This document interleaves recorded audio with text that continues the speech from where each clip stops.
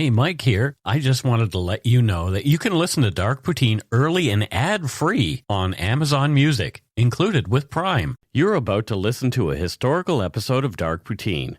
After episode 149, you will find Scott is no longer with the show. In an effort to maintain continuity and offer listeners as many episodes as possible, we are leaving the episodes in which he co-hosted intact. Thank you.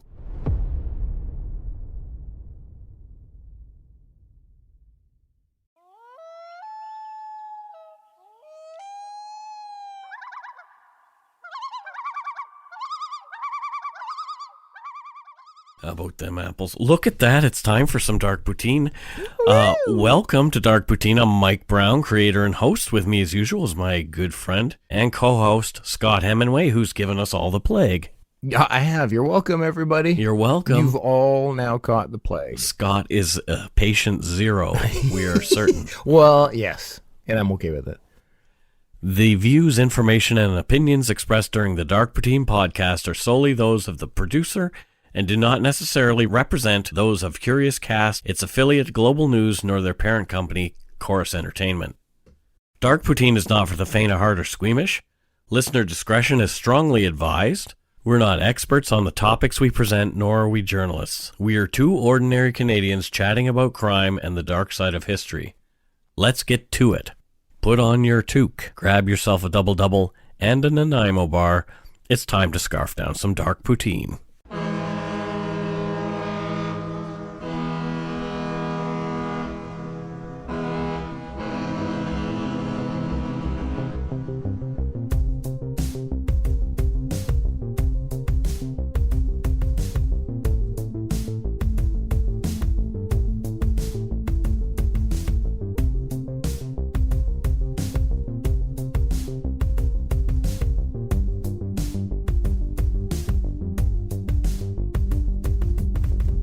Episode 59. 59. And what better episode to have a special episode than at 59? That's the one you do it. Yeah, 59 just is meaningless. Yeah, it kind of when they least expect it. Yeah, and there's certain like numbers that really are like when you turn 43. It's like, who cares? Yeah.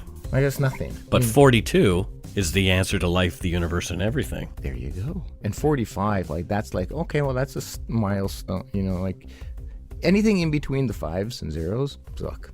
Well, frankly, we both needed a break from our last two episodes.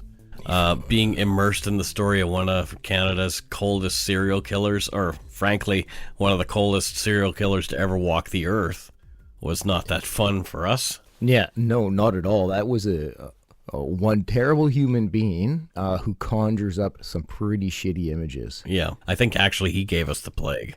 Yes. Clifford Olson made us sick. Yes, new patient zero. Both emotionally and physically.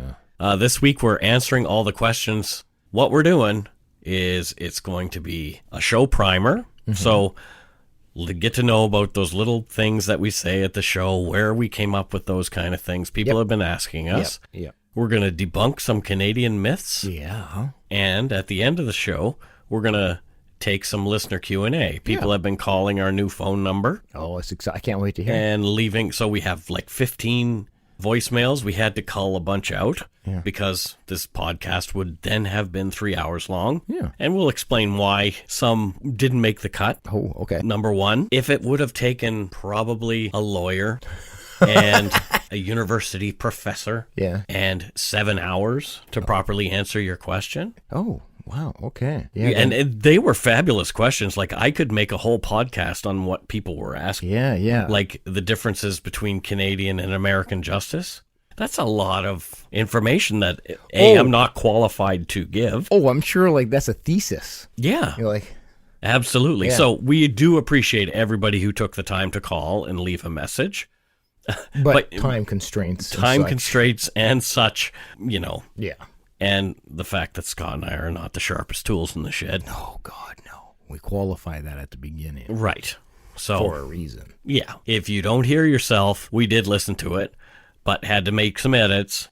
There won't be any specific case that we talk about this week, but there will be a few cases we mention over the course of the Q&A because we are a true crime podcast. And we'll be back next week with a pretty interesting case. So this episode's going to be a little lighter than our usual fare, and it could be a little more sweary Holy shitballs. in this episode. Whoa. Holy monkey nuts. Exactly, monkey nuts. Turd lips. Turd lips. No. Turd lips is, well, actually, Carol and I call each other turkey lips. I went to school with Turd Lips. Frank Turd Lips. Frank Turd lips. Yeah, he was a really good guy, but It's spelled Tird. Yeah.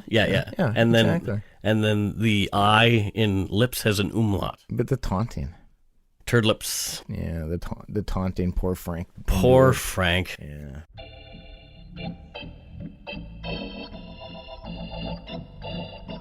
The first question that we want to answer is, why is the show called Dark Poutine? Well, Mike, I'm going to leave this one to you. So, I wanted to have a Canadian true crime podcast. There's already a podcast called Canadian True Crime out there. That's true. So, I thought, how can I be clever and serve Canadians something they will understand? Serve, like, so you serve them up poutine, a uniquely Canadian dish. Poutine's a little heavy. It's very heavy. It's a little heavy. The gravy is like mucky and Sweet. it's messy though. Yeah. Things can be messy. True crime is pretty darn heavy and messy. Yeah. And what better way to lighten things up than with a little cheese? And that's why you're here, Scott. Yeah. Because Scott and I together are kind of like poutine, to tell you the truth. This is true.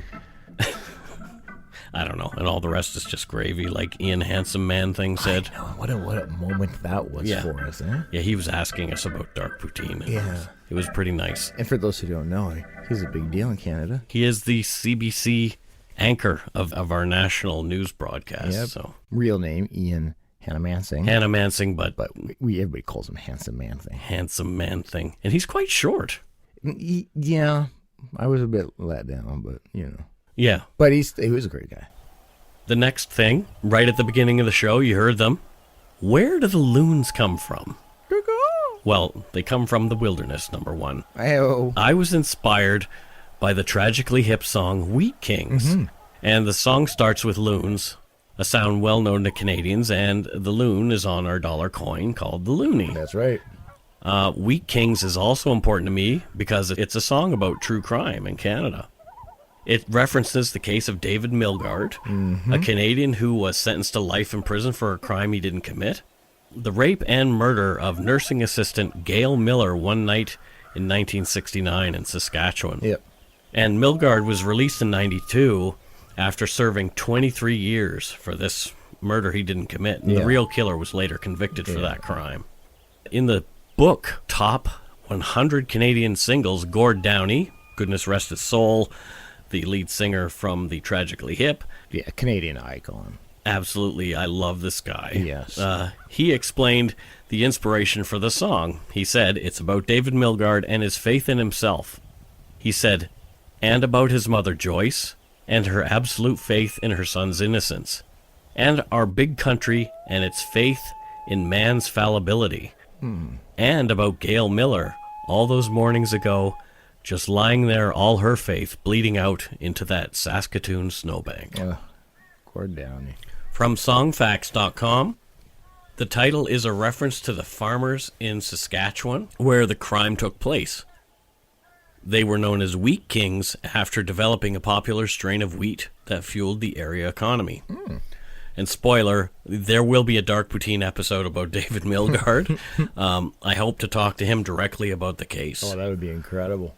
Notably, there's a hockey team in Brandon, Manitoba called the Wheat Kings. There is. Sadly, thanks to strict Canadian copyright laws, we can't play Wheat Kings here, or we'll get the crap suit out of us. So please Google Wheat Kings by the Tragically Hip and have a listen. Yeah, you won't regret it. Great song. Great band. Very good song. Yeah, the band is literally, it's one of, I'm trying to find like a band to equate them to in the States, Well, they would have that same sort of USA feel as Bruce Springsteen. Yeah. Or Tom Petty. Yeah. Although Bruce Springsteen isn't as yay America as people like to think with his song, Born in the USA. But it was a song about the farmers and saying like, why am I being treated like this? I'm born in the USA. But so it's just an interesting. Well, it's an interesting fact, but yeah, I think that's a good comparison to Bruce Springsteen. Like that kind of iconic sums up a country. Yeah. Yeah. Where do the horns come from before the opening music? Obviously, those horns are playing "O Canada." If you don't know that, Google the Canadian national anthem. Yes. And listen to that. Or just watch a hockey game. Yep, exactly. They are not horns on the ferries, as some people think. Mm-hmm. They are, in fact, the heritage horns atop Canada Place in Vancouver Harbor. Yep.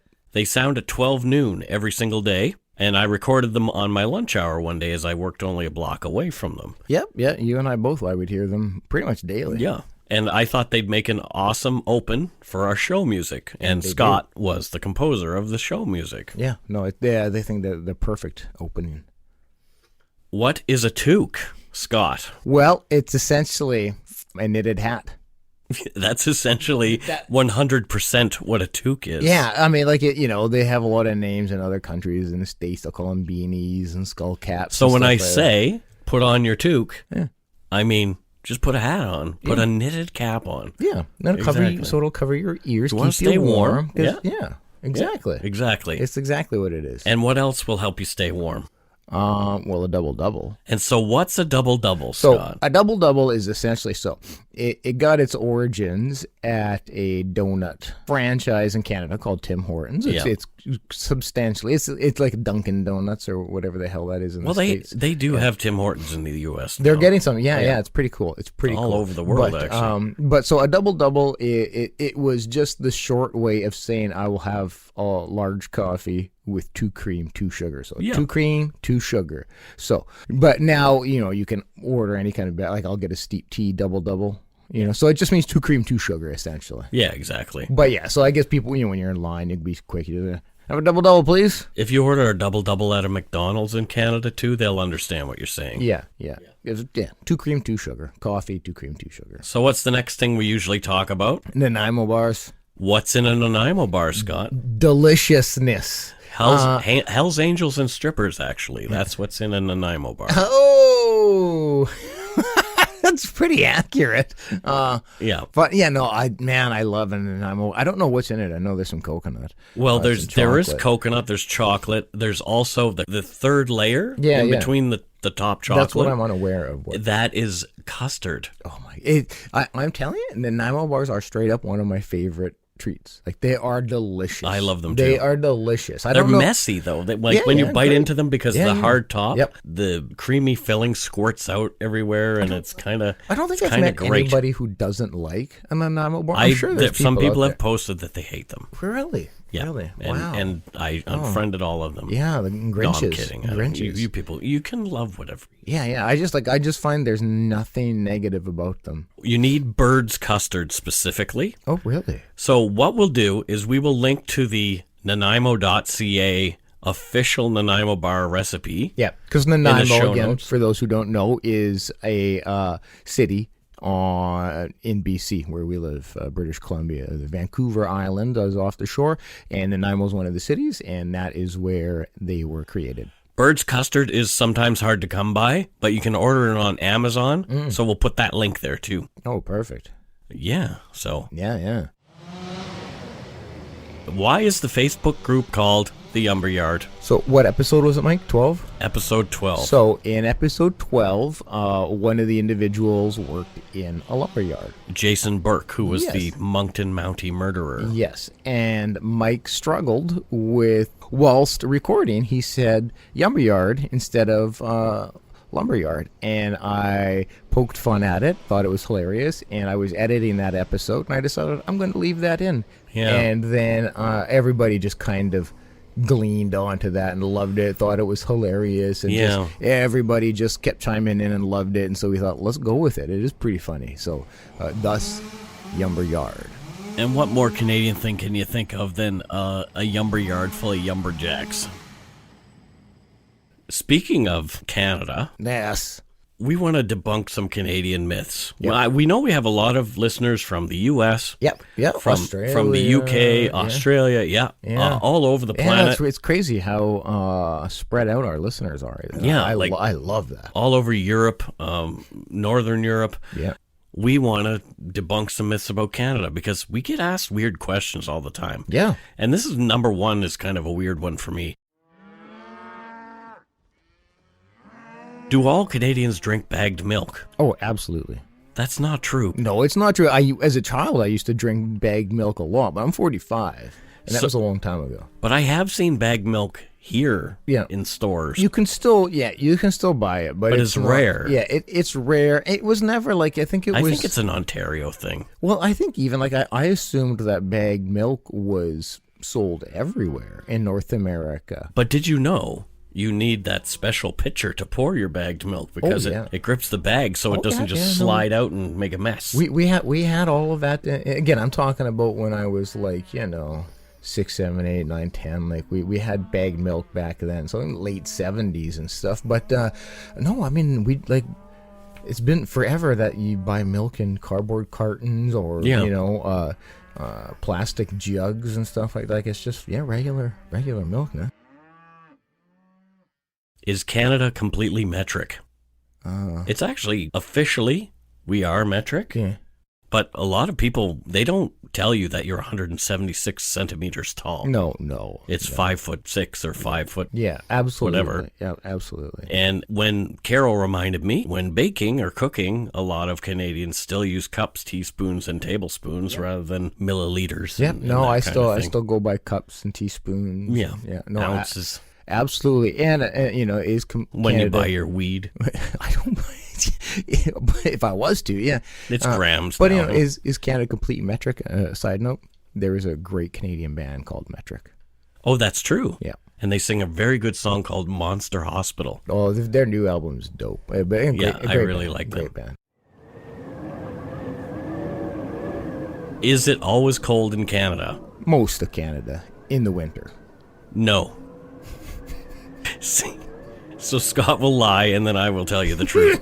It is actually not always cold in Canada. In fact, where we are in British Columbia is warmer than where most of you are right now. I was in Atlanta the other weekend. It was colder in Atlanta than it was in the Lower Mainland, Vancouver. Just being in Atlanta and talking to people, because I got a lot of like, oh, it must be... You must freezing be, like, where you are. And it's just like, no. Try to explain. Well, no. And they're like, everybody's always seems confused. And the best way I try to break it down to people is I say, think about Seattle. We're 3 hours from Seattle. Yep. We share the exact same climate as Seattle. Do you think of Seattle as buried in snow? And like, no. We haven't had a single bit of snow this year. They're saying maybe on Sunday we'll get some snow, but we haven't. We on average, we might get a week of snow. Not a week of constant snowing, but it'll snow a day and then stick around for a week here. A lot of other parts of Canada, though, once you start moving past BC, in the wintertime, yes, it's cold. Yeah. But it's not all. In the summer, in Toronto, you're looking at like plus 40 in Montreal. So then these next couple of questions. Do you live in igloos? Also, yes. No. I would love to, though. Igloos are actually a temporary shelter, are they not? I do believe. I'm not an Inuk person, so I don't know the correct answer to that. My belief was always, yes, it's temporary for when you're out fishing.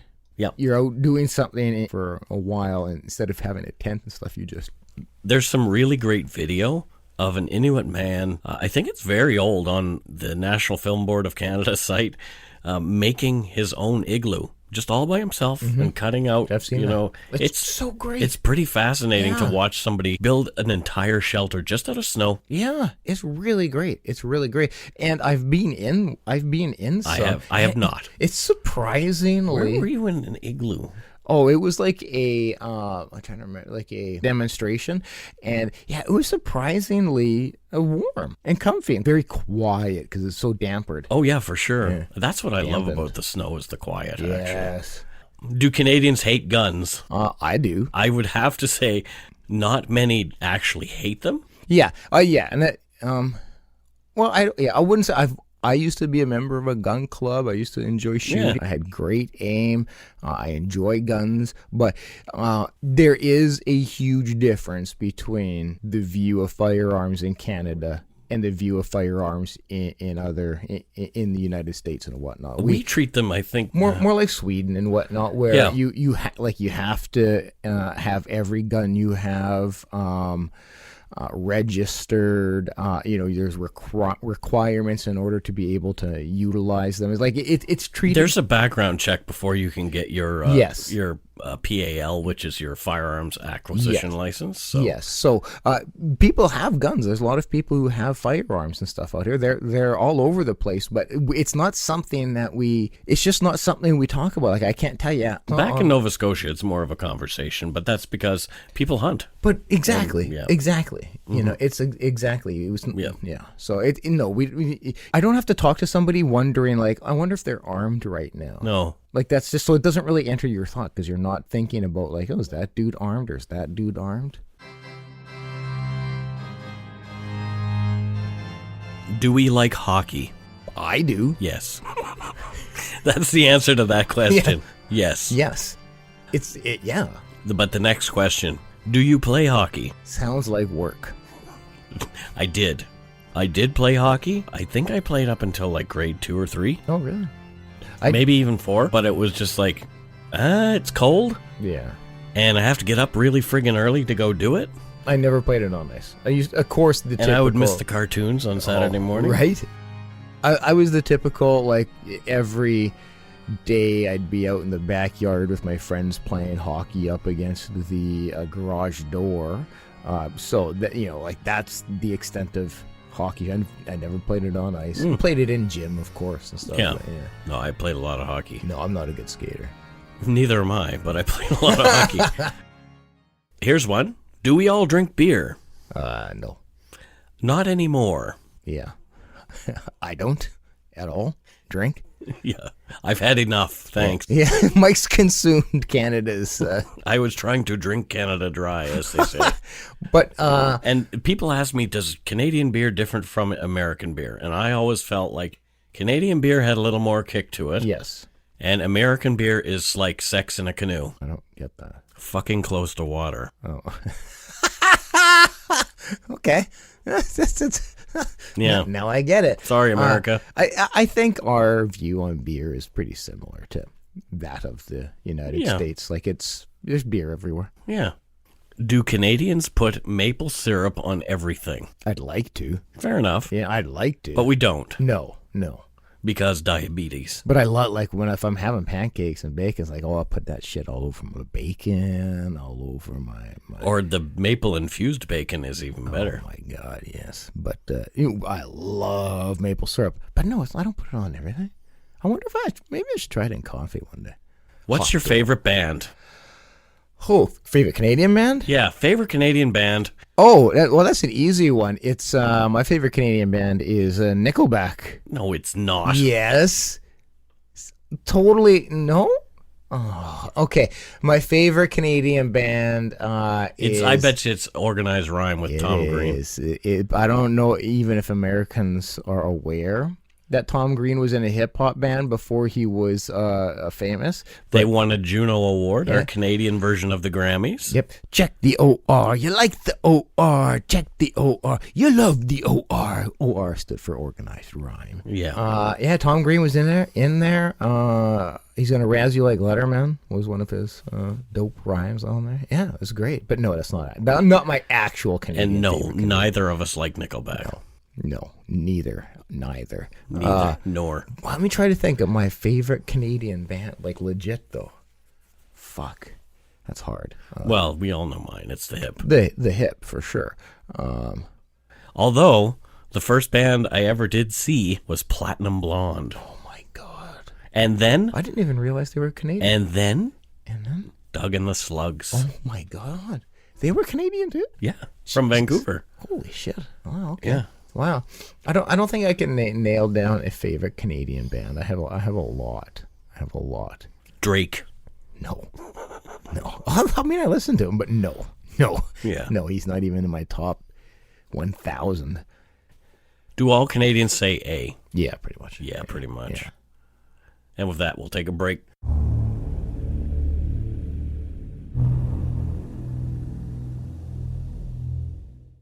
All right, we're back, and will be the Q&A portion. So finally, we get to hear from you folks. So I'm kind of looking forward to this. It's going to be a bit of a blast. And Q&As, that's for questions and answers. It's not queefs and asses or anything.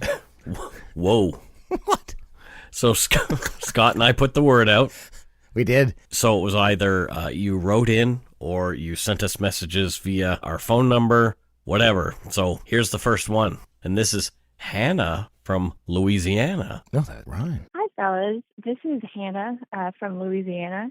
And I started listening to you guys after My Favorite Murder gave a shout out, and I've just been totally into it ever since. Big fan. So this is a kind of a silly question, but are you guys French speaking, or is that just a myth that everyone in Canada speaks French? Kind of like down here in South Louisiana, everyone speaks Cajun French. I don't, but I thought maybe you guys did.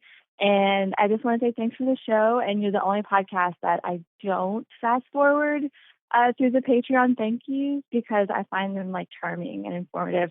Anyway, thanks for the show. Bye, guys. Oh, that's so awesome. Well, thank you, Hannah. Yeah. We are forced to take French in school. Scott, do you speak French? Oh no. Oh no. I went to Paris with the French club in grade 11. Yeah, and shenanigans erupted. Shenanigans erupted. I learned, donnez-moi la cigarette pour le fumer, s'il vous plaît. I know sous mon bat. Yeah, Scott just said bad words. Yeah, no, I really know very, very little French. But it is our official second language. But not our official second language. Which doesn't mean we know it, but as a country, yeah, it is. But again, you look at a lot of like other places in the world, they'll all have backup languages. Kathy Warren, who I met in Dallas, wrote in asking, how did Mike and Scott meet? Oh, I worked at a telecom in Canada, a very large one. I was in management. I was a supervisor in a call center. Did a lot of hiring, hired hundreds, maybe thousands of people in my time. And not thousands, but was scheduled to do an interview with some young chap coming to start working with the company. And it was Milkbone here sitting next to me. And I remember he was totally against the mold of what the company was wanting at that time. The company was wanting people who have experience, who, worked in call centers, and just people we could really kind of plug and play into the job. But Mike had none of that, but there was something about his personality. I'm a firm believer you can teach anybody what buttons to push and, what to say, but you can't teach character or personality. And I just remember Mike's person. He was very real. He was very authentic. He was very genuine. There was just something about him. I'm like, no, we need this guy. We need this guy here, and hired him into the company. Yeah, and then I lasted after you left. Well, but I was there before you. Yeah, but I drove you nuts. Yeah, you did. No, I think many, many other things did. But yeah, and then so Mike, we kept giving him opportunities, and he would succeed at them, and then he got promoted up, and then eventually we were in the same role, same title, and got to work together in that form for years. And, we hung out because we like photography. Yep. We ended up living in the same complex. Yeah, we got you guys in here, and it's just So it's been. Pretty quickly, we were pretty strong friends. There you go. Yeah. So that answers that question. Good question. Here's one from Jennifer in Toronto. Hello, Dark Poutine. This is Jennifer Krakowski calling from Toronto. My question for you is, what is your favorite Canadian horror movie? I'm a big horror fan and a fan of all things Canadiana, so let me know what you recommend. Thank you so much. Love the podcast. Bye-bye. All right. Oh, great question. So it is a very good question. And this is a rabbit hole for me because I am a horror lover. Oh, same. I've worked on horror movies. There have been so many great horror movies made here in Canada. The recent incarnation of Stephen King's It was filmed in Ontario, as was the original Black Christmas. The original My Bloody Valentine was filmed in Cape Breton, Nova Scotia. Yep. Ginger Snaps was done, I think, in Alberta. The Changeling, starring George C. Scott, was filmed here in BC, as was Wicker Man, which I worked on. I'm so sorry. The Canadian horror master, though, is David Cronenberg. Yes. His films Shiver, Rabid, Videodrome, and Scanners all stand out as favorites of mine. Yeah. But his best, and I'd have to say my favorite Canadian horror film, would have to be The Fly, starring Jeff Goldblum and Gina Davis. Yeah, we're pretty much aligned on that. The Changeling would be the top for me, but that's more like it is filmed here. It was filmed here, not so much based in Canada or Canadian. Well, George C. Scott was Canadian, wasn't he? No, well, same birthday as me, anyways. But yeah. But that David is a great film too. That's kind of my number 2. One of my classic. But The Fly, yeah, Cronenberg's The Fly. Scanners was amazing. What was incredible, but I worked with Michael Ironside on a movie. Did you? I actually got to meet him. Yeah, he's a great guy. He was so wicked. They were filming. I think it was called Rain Dance or something on my buddy's street, and we hung out there until like literally 4 a.m. We were like 18 or something. We hung out there because he had just done Total Recall, and he afterwards he came down, brought a photographer, and was just so kind and wonderful, and took photos with us. Great guy. V. Marie asks, "What non-true crime podcast do you listen to?" Oh, that's Gilbert Gottfried. Do they have non-true crime? Yes, they do. Podcasts? Joe Rogan. Do I have to do all the answers? You might. I don't. I've never. There's one called Varmints lately that Carol's been listening to about animals. Honestly, until we started this podcast, I really didn't. I listened to Serial, and I just had started listening to Sword and Scale, so I've never been much of a podcast guy. I never really got into Joe Rogan's. I just found I love him, but I just found it was like I don't have 3 hours every day to. Canada Land is good. I do remember there was, I don't remember what it was called, but there was a street photography podcast that I spent some time listening to, but it was only, I think there was only like 12 episodes, but I was listening to a street photography podcast once. Cool. Yeah. And here's Tay Davis from Las Vegas. Hey guys, it's Tay from wonderful Las Vegas. I was curious, you guys do a lot of heavy episodes, and some of them are regarding children, and you can just hear in your voice the emotions that are going through your guys' minds. I was wondering if you ever had to actually stop recording, regroup, and start recording again. Anyways, I love the show, love what you guys do, and keep up the great work. So to answer your question, Tay, every show. Yeah. Every show we have to stop. Well, and especially more for Mike because he does the research and everything. So I'm sure even leading up to it, Mike has to step away at times doing the research. But every episode that we're recording, there's needed breaks. You are hearing correctly. It is not easy for us sometimes. And someone was giving me a hard time on a review about that yesterday, but I'll let that go. Oh, really? Well, we're humans, and fairly strong empaths, both of us, and so this shit hits us. It hits us, and it's as I've beaten this dead horse often, I will do so again. But especially having children, anything that has to do with children as victims, it just hits me. Natalie Chapin wrote in, question time. Is there any chance that y'all might be able to meet up in the United States? Say like Washington State. I would love to come to your meetup in February, however I'm unable to. If not, maybe a live show on tour. I know Mike says nope. That's not true at all. I don't remember Mike saying nope. Never said nope. It might have happened jokingly once or something, but I don't remember Mike saying nope to that. But yeah, I would love to. If we can prove interest in a city that's large enough for us to bring a live show to, we will come for sure. That would be so amazing. I'm already designing our live show, so I'm working on it. So if you guys build it for us, we will come. Yeah, no, it would be just heaven to go do live a tour across like My Favorite Murder and stuff. Yeah, like last podcast. Yeah. But those venues are expensive, so obviously there'd have to be a charge for us to come. Yes, but also we'd love to do a meetup in all kinds of places. Travel. It's travel. Washington State's super easy for us, but to start traveling across, there's capital that we don't have that we would need to be able to do it was just fluke that I could do it last year. But like I said, I funded that all myself. It wasn't. there's a cost to it, but we would love to. We love doing the meet and greets. We love meeting people. When I was so contemplating trying to put one together when I went to Atlanta, but I was in there so quickly. Like I barely even had time to sleep before I flew home, so I couldn't do it. But which, by the way, again, I don't know if I've said it. I loved Atlanta. Such amazing people.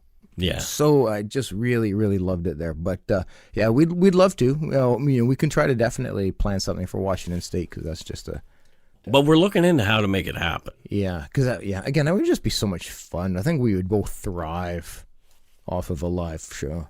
Amanda Watson DeRamsey wants to know what our favorite Trailer Park Boys episode was. Yeah, so we were talking about this beforehand. So right off the bat, the one that jumps out to me is Sam Squanch. Yeah, I like the Green Bastard. Yeah. You green bastard. Was that the wrestling one? Yeah. Yeah, okay. That was and the Conky episodes. Yeah, the first Conky episode is like just so it's right up there. I haven't watched all seasons of Trailer Park Boys, but my old dog, his name was Ricky, based off of Ricky from Trailer Park Boys. There you go. But Sam Squanch in the first Conky. There you go. Next up is Cassie by way of Kamloops. But she lives somewhere else now. Oh, okay. Well, let's listen. Hi, guys. My name is Cassie. I'm originally from Kamloops, BC, and now I live in southern Illinois. Hey, my question for you is, if you could go back in time and prevent one of the crimes that you've covered from happening, which one would it be and why? Thanks, guys. You're doing a great job. I really appreciate the podcast. Bye now. Woo. Whoa. Ooh, Cassie. I don't know how to answer. Thanks for, Ever since I wrote the script, I was like thinking, how are we going to answer this one? Holy shit. But because is all of them? Can we? No, just one. Damn it. Oh my God. I kind of know the one that I would do. Right off the top of my head, and not only because it's a very recent one, but because it's one that's like been a part of our lives for a long time growing up here, would be Michael Donaghy. That's one that I would like to go and try to prevent. Again, just because it's had such a strong presence on those of us living on the West Coast. Mm. And always been there, always been looming. And so that's one that I would love to go back and change, but it's hard. That's a really tough one to answer because, man, I'd like to hit Clifford Olson with a truck. Oh, fuck yes. But I don't believe in capital punishment. No, neither do I. But just to steer him in a different direction. It's okay to still have emotions. I agree with you. I don't believe in capital punishment, but believe me, somebody hurts my family, I will do everything I can to kill them. Well, it's a natural kind of response. That's why the expression, you don't let victims make laws. So. Yeah. So we had a write-in question from Solange this morning. Ooh. And she was super happy when I said that I would add this because it was actually a lighter one. Mm-hmm. What's your favorite animal? She says, mine's giraffes. I'm literally obsessed. I love that. Yeah, I love that. Carol is interested in sharks. I know she loves sharks. Oh, okay. She likes all kinds of animals like goats and everything. Yeah. But personally, I would like to learn a lot more about gorillas. Oh, really? Yeah, like mountain gorillas. Because I went to the Calgary Zoo one time. Yes. And I saw the gorillas there. Like it's this gorilla is 2 feet away from you and you're making eye contact with it. And I thought, yeah, we should not have those things in cages. Yeah, well, we used to have them in the Vancouver one as well. But my favorite animal is squirrels. Straight up squirrels. They're just... You are kind of like a squirrel. Yeah, they're just the most adorable thing. Like a squirrel could eat my dad, which would be terrible, but you'd be like, God, how dare you? You ate my... Oh, you're just so cute. And they can climb walls and shit like that. They're just they can get away with anything, and they're just bloody adorable. Megan Beasley asks, "What's your favorite thing about Canada?" Woo. The outside. That I'm in it. No. I think the outdoors. Yeah. Well, that's really that's heavy. Man, that is a really tough one to answer because it's I think I'm struggling with that. I think I love that we are thought of as nice. There you go. Yeah. But we're not. Well, I mean, like it's yeah, that's a tough one to answer. Here's our next question. Hi, Mike and Scott. This is Arwen calling from St. Petersburg, Florida. And I was curious. You mentioned that there were some stories you couldn't cover due to publication bans. And I'm not familiar with that. Can you tell us a little bit more about what publication bans are and why you can't cover those stories? Thank you so much. Keep up the great work. This is a great question.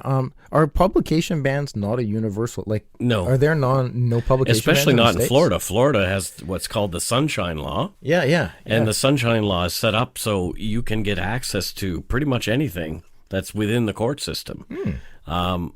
Canada has publication bans for these reasons, and I took this directly from Wikipedia because I'm lazy. A publication ban is a court order which prohibits the public or media from disseminating certain details of an otherwise public judicial proceeding.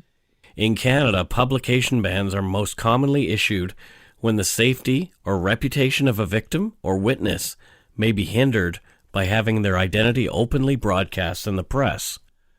They are also commonly issued when the crime involves minors or is sexual in nature. Yes. So if a minor commits a crime and is later released, a publication ban will stay in place to protect the young offender in perpetuity. Yes.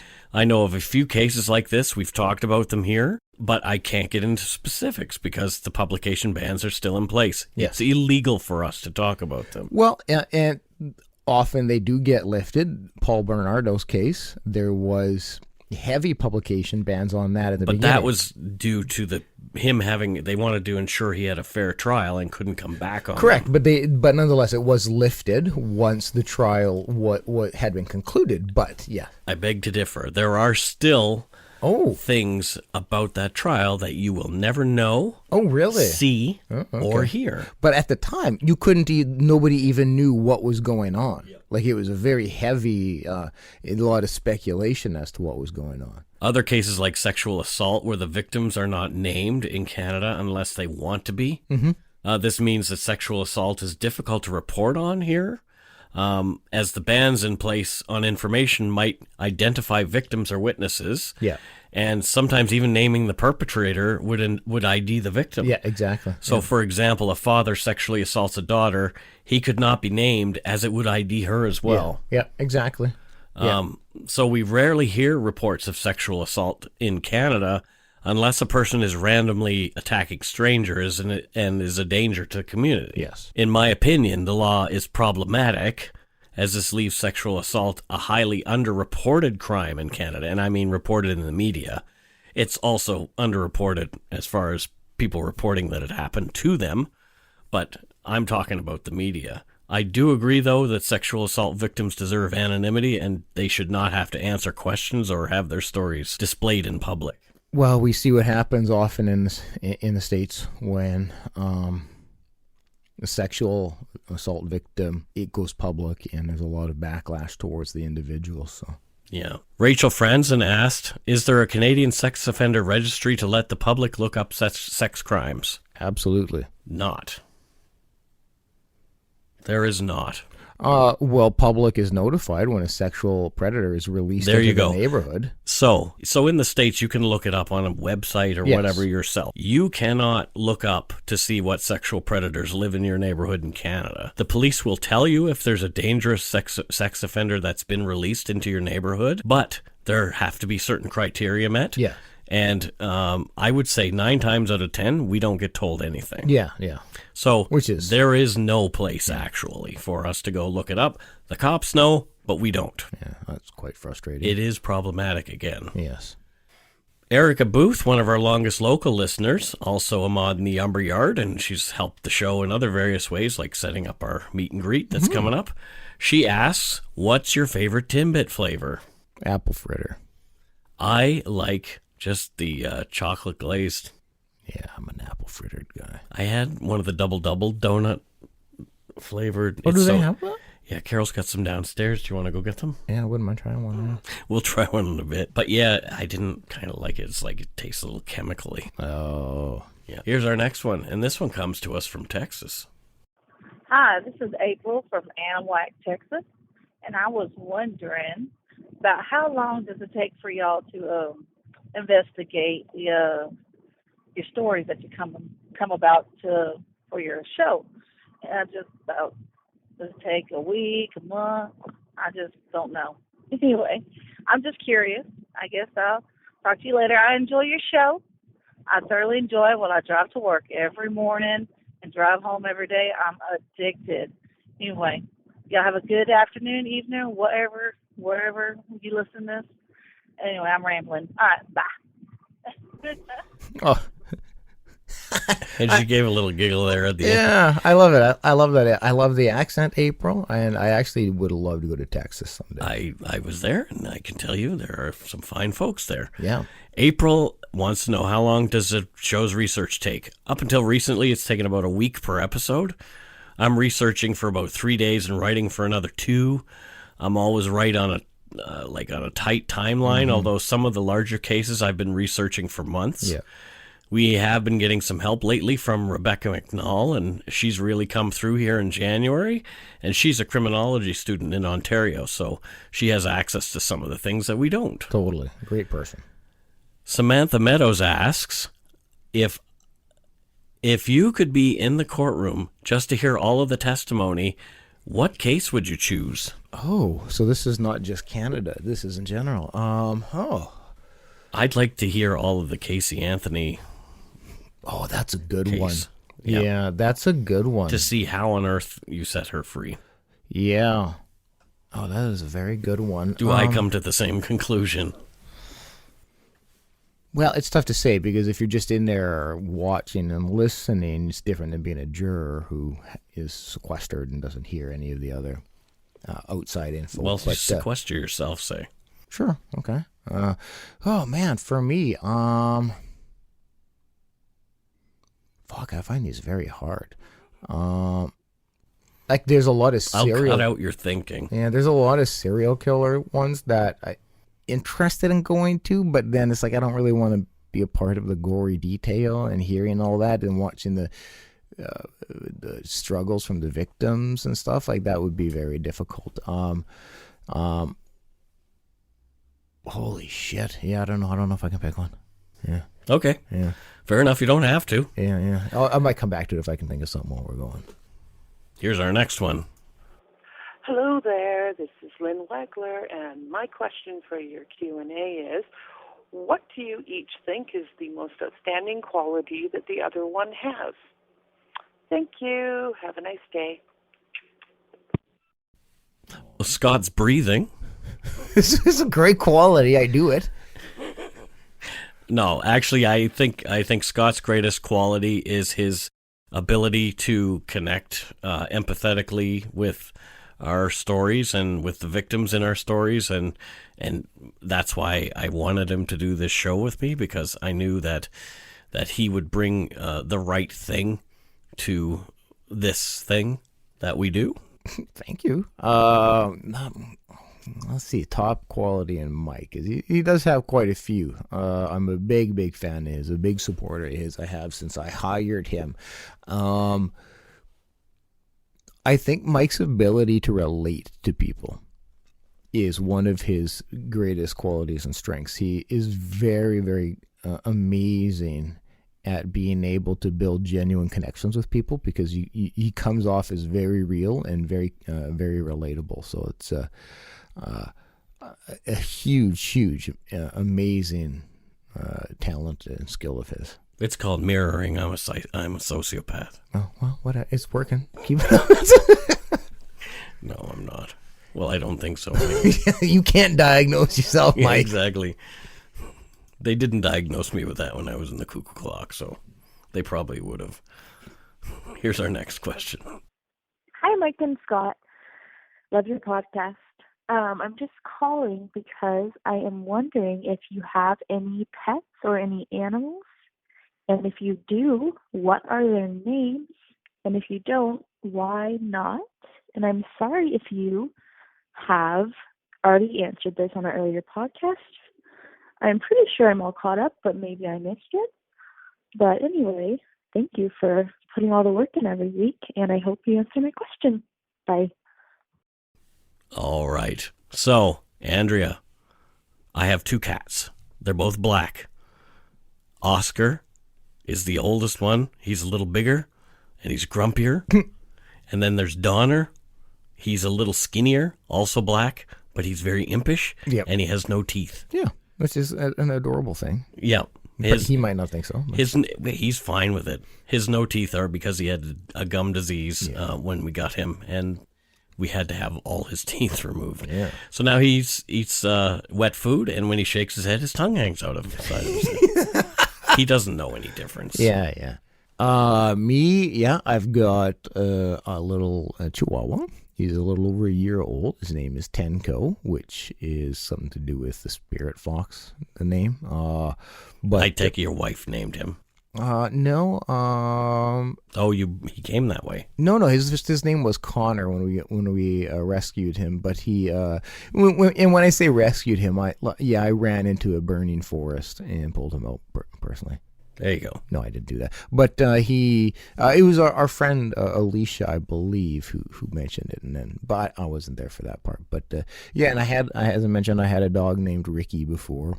He was a half lab, half shepherd mix. He was a big guy. I loved him. Adopted him at 5 months old, and he was a great guy. But when he passed away, that was one of the hardest things, and so it took us a couple of years to get another pet, and now we got little Tenko. We call him 10. Hey, 10. Tenko. I love Tenko, by the way. Yeah. Shelley Smith asked, what are big cultural differences between the provinces? And we debated a bit about this on Facebook. I don't feel at all qualified to begin to give an opinion on this one. Pamela Sereno said she felt it would be best to have Peter Mansbridge to come out of retirement to answer this question. And I agree. Yeah, totally. And this is another one. This is one of those big questions that people ask. Big philosophical, cultural, societal. Yeah, I try to sum them up pretty basically. Like Vancouver or the West Coast, the Lower Mainland, is a bit more outdoorsy. People, like to go to the beach and go people in Nova Scotia do that. Yeah, well, just so you know. Also great. And Alberta is a bit more like the Texas of Canada. It's very oil-based.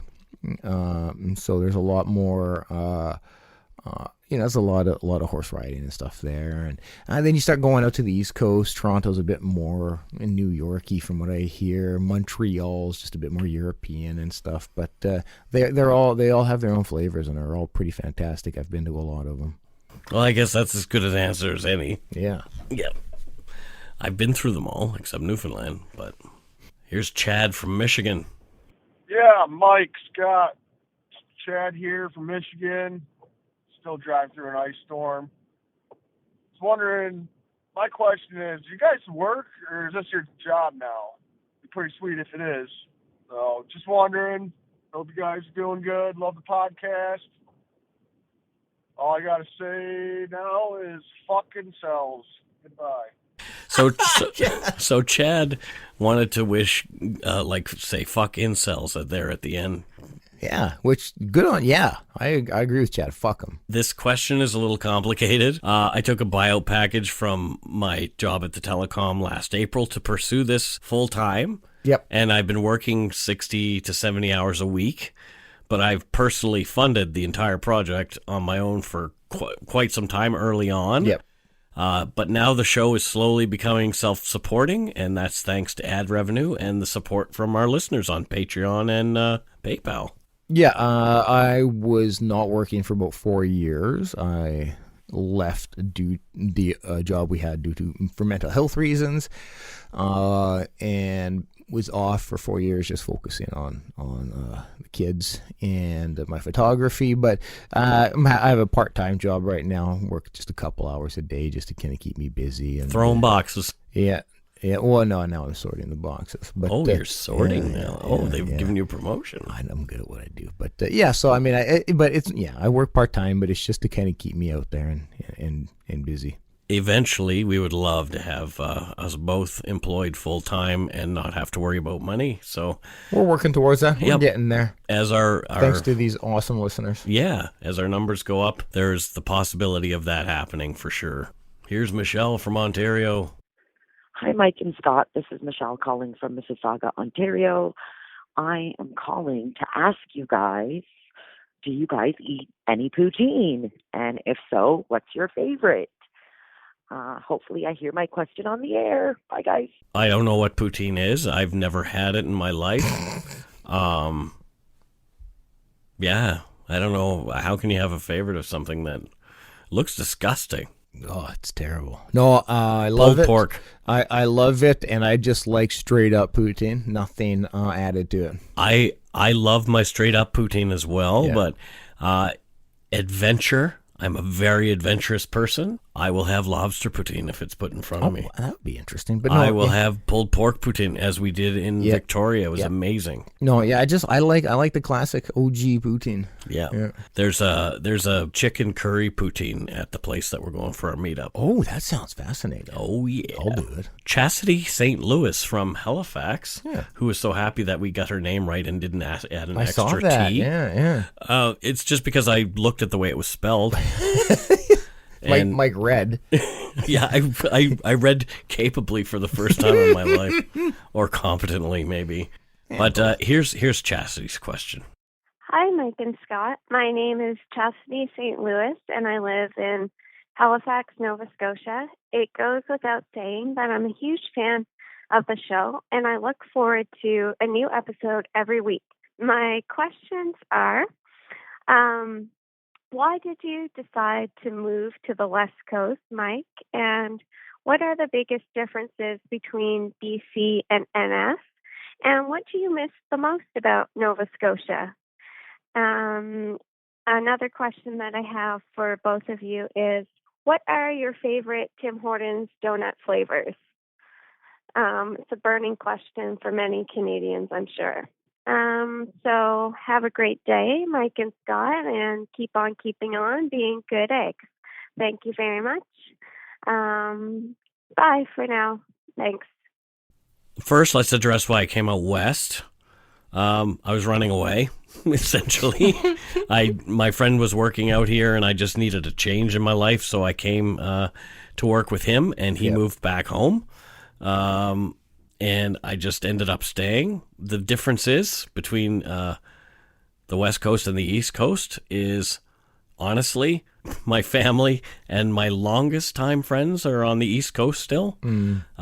But that's what I miss most about that other side too, is the people. But as far as my favorite donut flavor from Tim Hortons, it is 100% the Boston cream donut. Yeah, again, apple fritter for me, although I do love the blueberry fritter, but no, apple fritter all the way.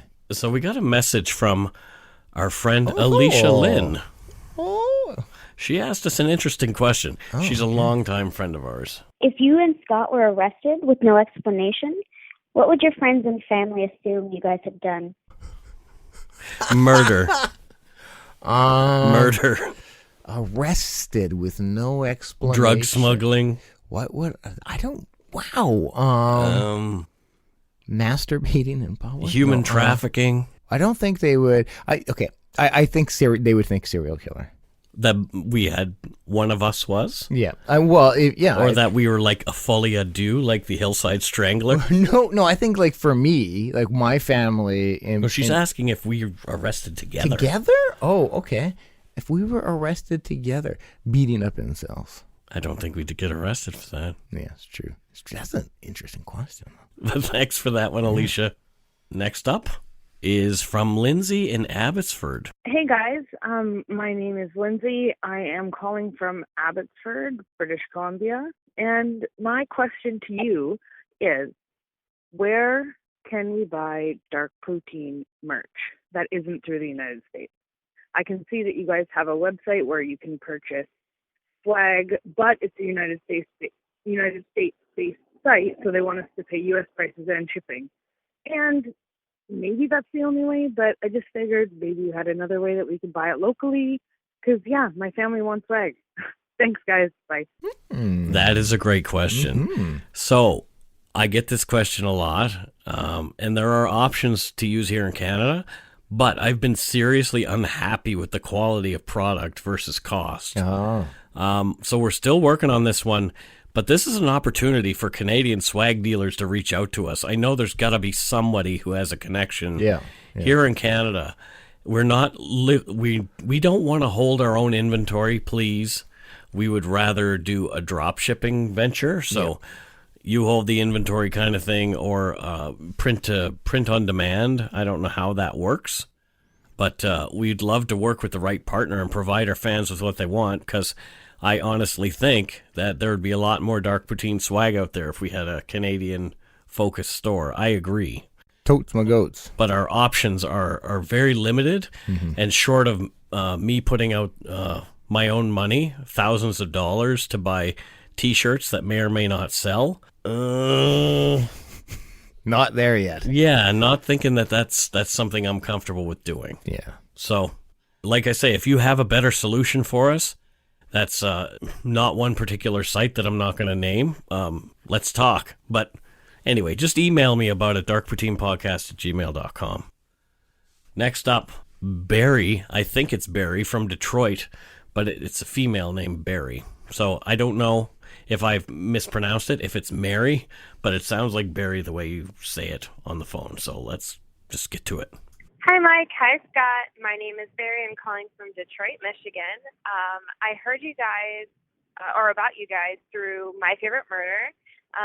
So to stay in that vein, I was wondering, what are your quote-unquote favorite murders? Thanks.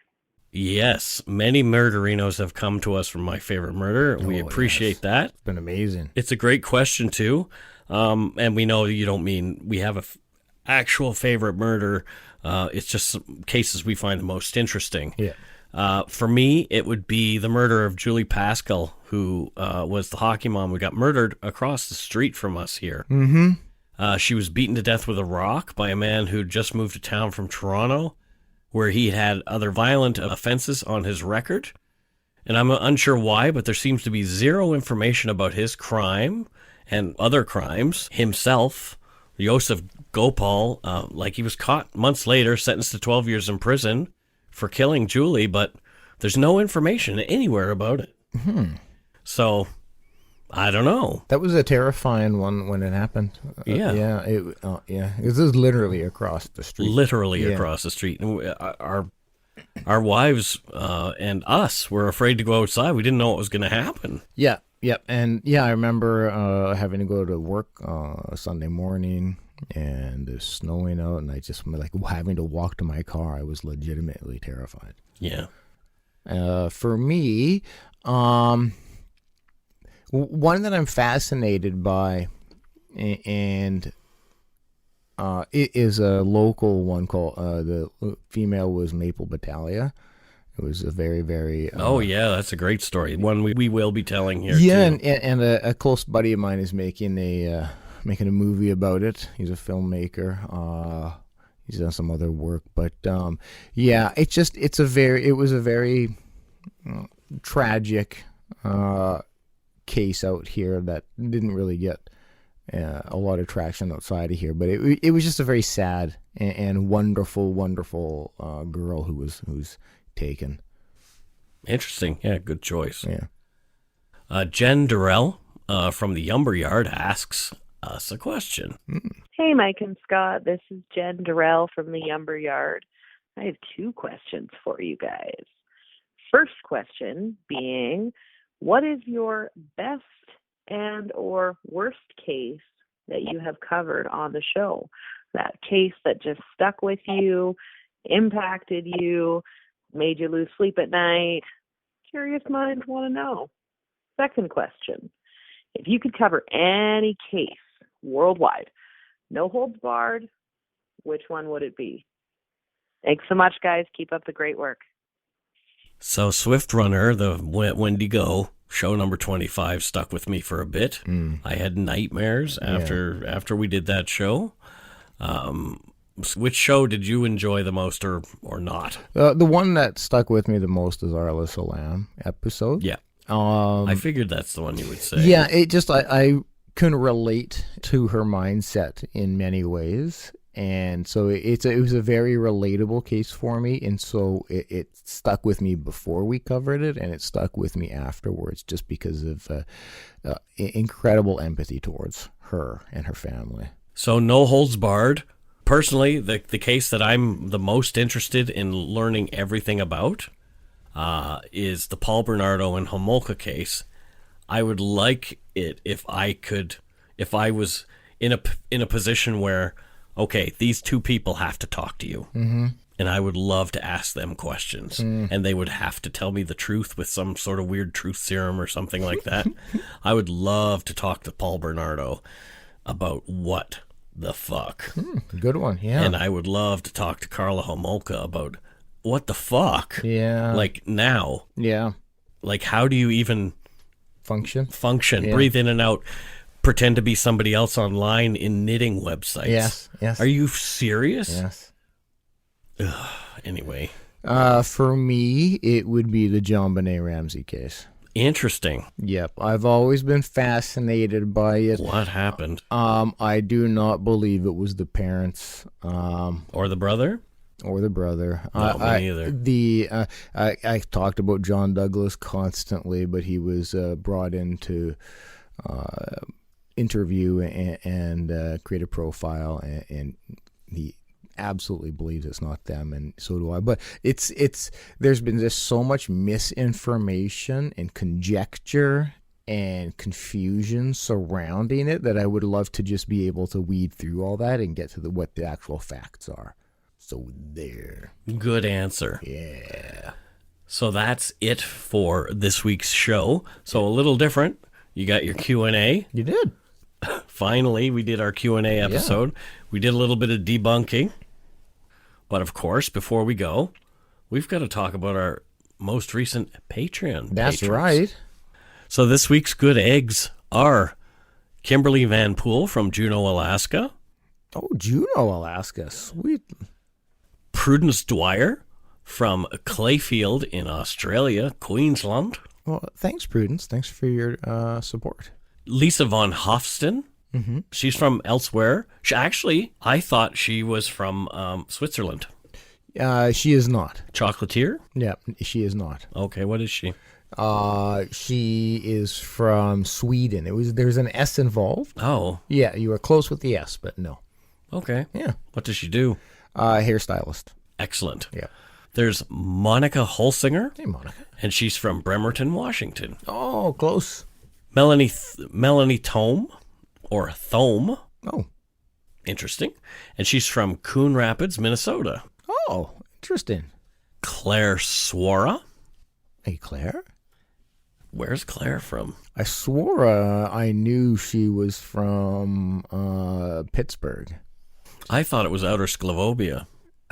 Not Inner Sclavobia? Yeah, just east of Upper Sclavobia. Okay, no, maybe you're right. Maybe I was wrong. There you go. Dana Adzich. Oh, yes. I had this itch in my arm. Yeah, well, oddly, she works in advertising. Oh, interesting. Yeah, for the Zitchfield Company. What? Yeah, I know. Who knew? I did. Amy Shamrow. Yeah, Amy. Thanks, Amy. Hey, Amy, thank you. But where's Amy from? No, Surrey, BC. Yeah, she lives next door. Oh, that was her. Yeah, that was her. Yeah. Oh, okay. Yeah. Yep. Sorry about your cat. Yep. Sorry. Yeah, we both are. Laura Lee Landolph. Hey, Laura. We don't know where she's from either. Triple L. Laura Lee Landolph. Yeah. Maybe she plays World of Warcraft because that's the sound the Murlocs make. La la la la la. That's actually exactly, and she's from there. She's from Azermist. Yes. The Azermist Isle. Born and raised. Interesting. Yeah. It's great how technology has impacted all of our lives. Hannah Evans from Tring in England. Oh, that's a neat name. Hey, Hannah. Jenica Majors, and that's an interesting, or it may be Moggers, but I think it's Majors. Let's go with Majors. From Killeen, Texas. Hey, Killeen, Texas, Jenica. Kathleen Barry. And she is from Levittown, Pennsylvania. Oh, Levittown. Okay. Hey, Kathy. Thank you. Danielle McCammett. Oh, she taught me how to pronounce that last name with an email. So I thank you very much, Danielle. Mount Vernon. Great She's place. from Mount Vernon, Ohio. Yeah. And then there's Jenny. Yep. From From The Block. The Block. Damn it, you beat me to it by seconds. Yeah. Had to do it. Yeah. Some people may have heard her music. Yeah. Yeah. So, yes, thank you. Thank you, Miss Lopez, for being a Patreon. Much appreciated. Yeah. It's not really her. Oh. Nia Bowen, and she's from Mether Tydfil in Wales. Oh, interesting. Mether Tydfil. That's a complex name. And if I did Sounds like a mispronounce chemical. that, it's because I'm not Welsh. It sounds like a chemical. It does. Yeah. Interesting. Yeah. If you smell it, you go out cold. And here's somebody who said, "Oh, you're definitely going to mispronounce my name." I might not. What? Lisa Macronicholas. Whoa. That came out pretty fluid. I know, because I was practicing, because I didn't want to. Lisa Macronicholas. Yeah. I can pronounce where she's from. Yeah, Chelsea, Massachusetts. Yeah. Well, thanks, Lisa.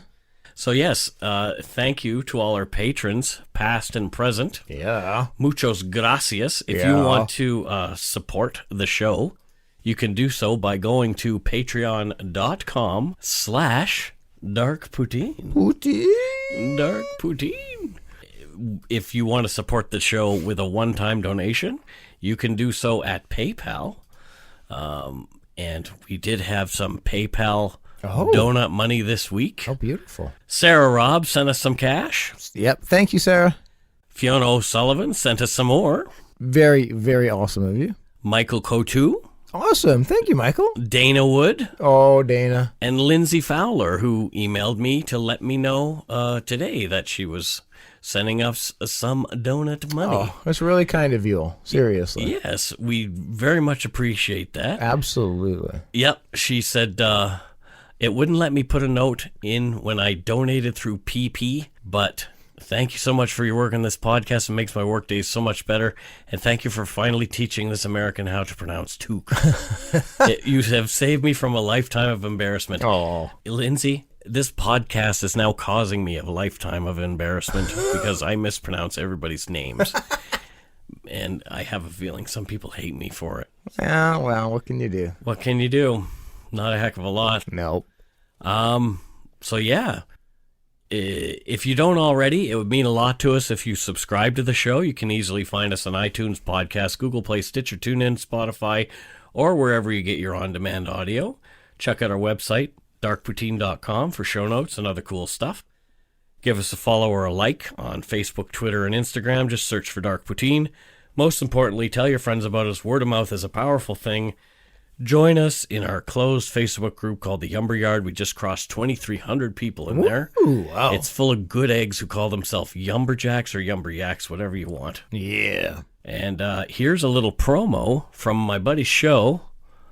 It's Tyler from Minds of Madness. Woo, Tyler. 911, what's your emergency? Every 60 seconds, a person is murdered somewhere in the world. There was a shootout in my house. I can't believe it. What causes ordinary people to do unthinkable things? He stabbed me in my neck. And he says, look how easily I could kill you.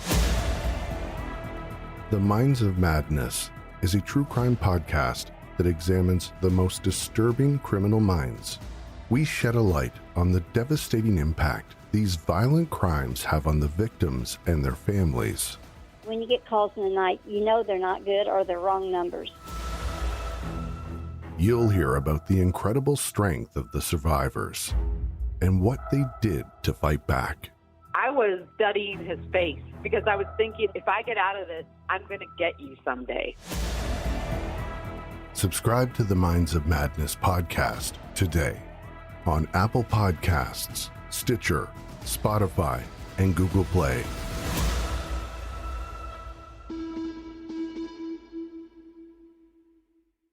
Thanks, buddy, for that. Until next week, don't forget to be a good egg and not a bad apple. I need to go rest my sick bones. Bye-bye, everybody. Bye-bye.